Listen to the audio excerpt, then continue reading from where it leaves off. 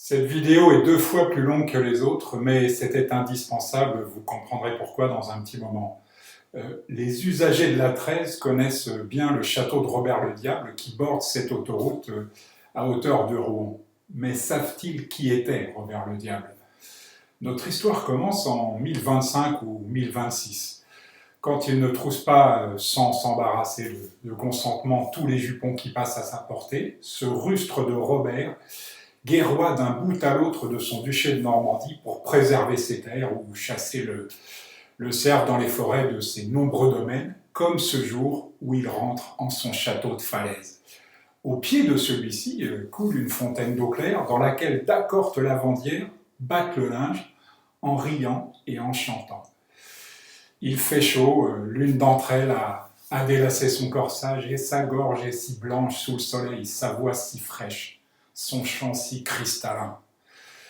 Robert est littéralement foudroyé. De diable, il devient magnifique, il devient timide. Ce que d'habitude il prend sans attendre, cette fois il n'ose toucher. Tous les jours suivants, il guette la belle lavandière qui ne revient pas, en perd le boire et le manger, si bien qu'il se résout à faire venir au château le père de celle-ci, tanneur au village plus bas. On imagine la surprise et l'embarras du père, car seigneur a droit de cuissage absolu. L'embarras, car jamais la papauté ne reconnaîtra telle union entre fille de tanneur et petit-fils de Rollon. Le mieux est encore de demander à la jolie Arlette, se défausse le père en tremblant. Et justement, Arlette avoue qu'elle-même a perdu le sommeil depuis qu'elle a croisé le regard de Robert. Consulter son oncle, un mage dont la renommée s'étend bien au-delà de la contrée, conseille une union discrète, protégée par les murs du château de Falaise. Dès le lendemain, la belle s'y installe. Et les amants ne quittent plus la chambre. Un matin, Arlette conte à Robert qu'elle a fait dans la nuit un rêve étrange et pénétrant. Un chêne gigantesque sortait de son flanc, puis déployait ses branches dont l'ombre portée recouvrait les exacts contours de la Normandie. En écoutant ce récit, le duc comprend que c'est de cet amour que naîtra celui qui régnera sans partage sur son duché, enfin pacifié. Et de fait, le petit garçon qui naît en 1027 ou en 1028 et portera son surnom de Guillaume le Bâtard comme un étendard, est élevé dans la certitude qu'il est destiné à succéder à son père. Quand celui-ci part en 1035 pour une croisade dont il ne reviendra pas, il prend soin de désigner l'enfant comme héritier au trône. Les années qui suivent seront terribles. Les précepteurs du garçon vont mourir assassinés les uns après les autres. Lui-même échappera à moult attentats. Mais rien, absolument rien n'empêchera Guillaume le Bâtard de devenir Guillaume le Conquérant, duc de Normandie, roi d'Angleterre. En digne fils de son père, il passera outre les interdits du pape pour épouser sa cousine Mathilde de Flandre. « M'unir à ce bâtard, moi, jamais !» dira Mathilde. Il ira jusque dans une église du Nord, lui administrer une fessée magistrale qui changera la nature de leurs sentiments respectifs. Ils feront bâtir à Caen, elle, l'abbaye aux dames, lui, l'abbaye aux hommes, pour que le pape valide enfin cette union harmonieuse. On ne connaît en effet à Guillaume ni maîtresse ni enfant illégitime, et il n'y aura pas de conseiller plus écouté que Mathilde. Il lui fait une confiance absolue au point de lui laisser les clés du duché quand il part conquérir l'Angleterre. Selon une légende très discutée, c'est elle qui brode en son absence et à sa gloire la célébrissime tapisserie de Bayeux, dont nous allons maintenant, si vous le voulez bien, dérouler ensemble les 70 mètres de bande dessinée amoureuse et passionnée, brodée en 10 tons directs seulement. Harold, duc des Anglais et ses hommes d'armes, chevauchent vers Bochart. Ici, Harold navigua sur mer, et les voiles gonflées par le vent, il arriva sur les territoires du comte Guy.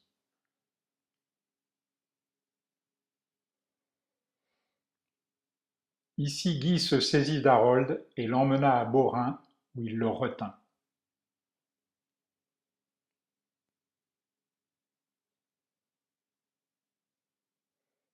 Harold et Guy ont un entretien, où les messagers du duc Guillaume vinrent trouver Guy.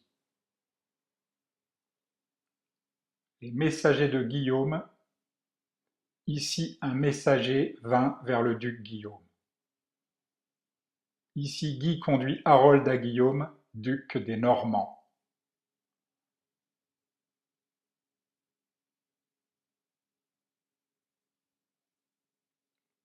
Ici le duc Guillaume vint à son palais avec Harold.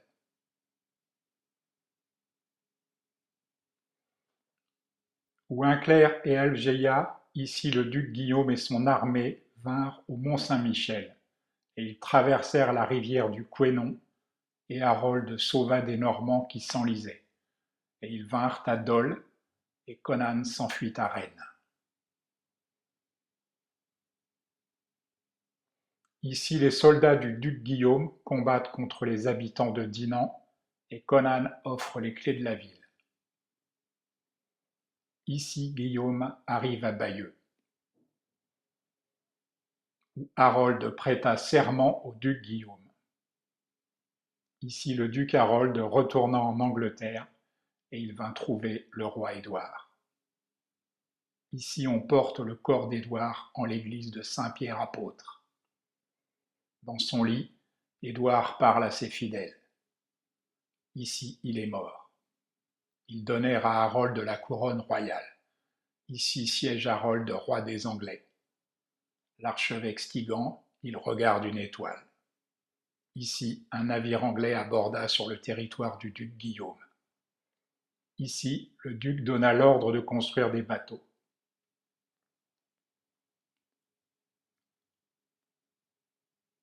Ici, il tire les vaisseaux à la mer. Il porte des armes vers les navires et traîne un chariot avec du vin et des armes. Ici, le duc Guillaume sur un grand vaisseau. Traversa la mer et arriva à Pevensey.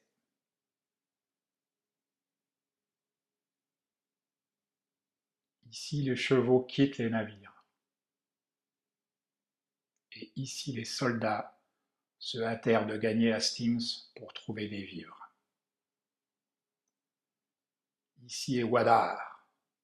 Ici, on prépare les viandes et les serviteurs remplissent leur office.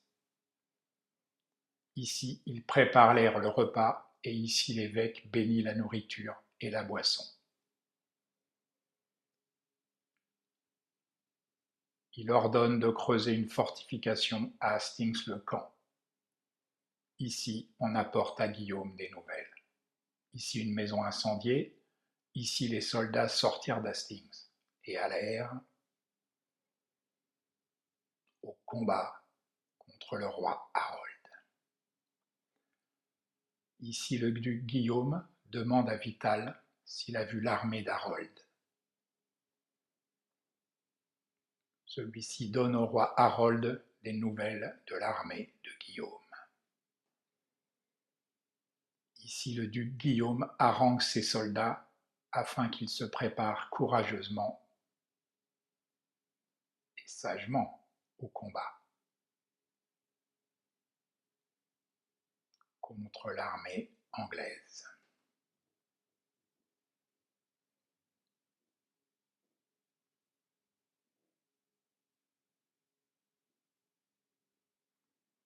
Ici succombèrent Levin et Gerd, frères du roi Harold. Ici, les Anglais et les Français succombèrent ensemble dans le combat. Ici, l'évêque Odon, tenant un bâton, encourage les jeunes combattants. Celui-ci est le duc Guillaume. Ici, les Français combattent. Et ceux qui étaient avec Harold succombent. Ici, le roi Harold est tué.